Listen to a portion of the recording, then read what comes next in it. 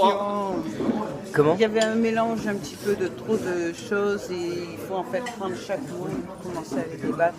Alors il y avait une question en fait. Ah, voilà. Donc la question c'était, tu t'en rappelles, Non? sur l'orientation de 3 mots. Oui. Vas-y, répète la question. On parlait de transcendance, Oui.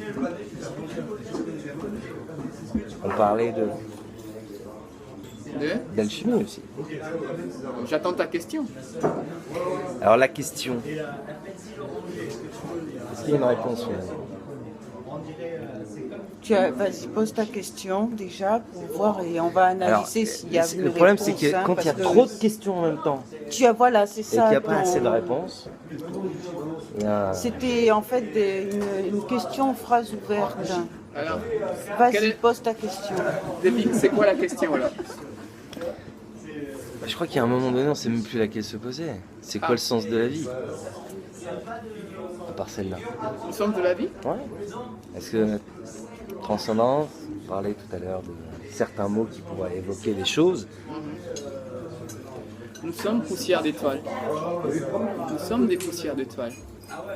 Et il faut simplement que chaque personne ait conscience qu'il est un petit bout de l'incommensurable. Ainsi, L'innommable, l'indicible, l'ineffable. voilà.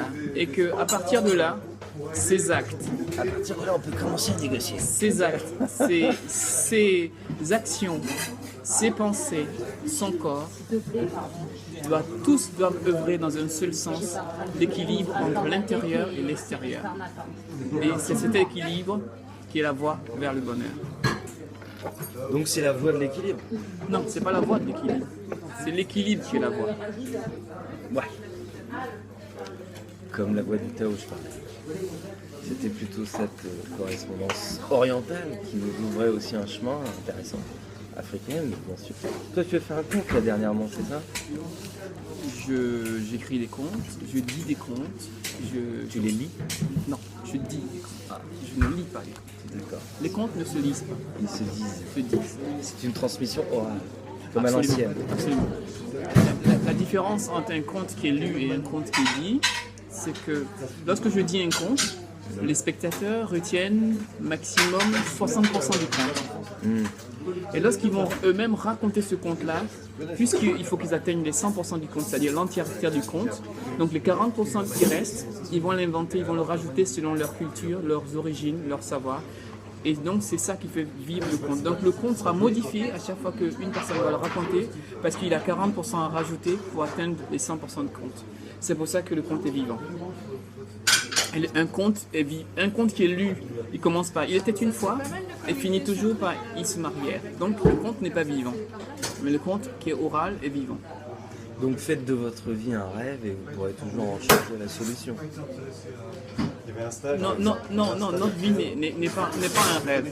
Ou un conte. Non, notre vie n'est pas un rêve. Notre vie est une réalité qui devient un rêve parce qu'on a atteint l'équilibre.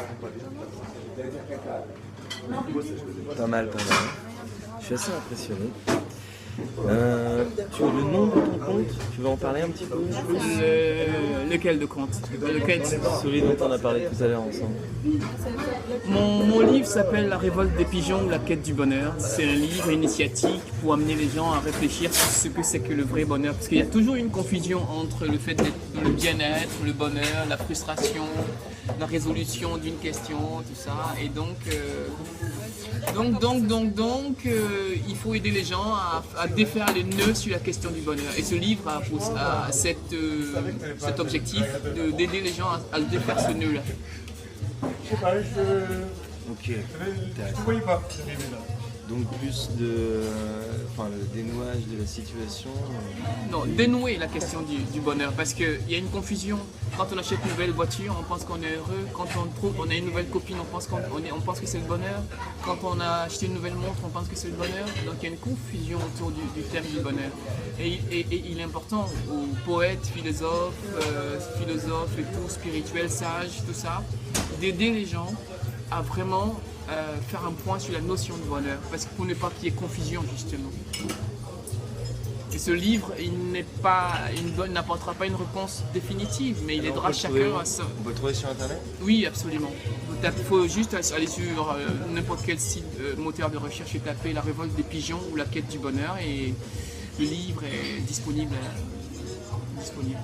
facilement à trouver. Super Isaac, merci beaucoup de ton intervention.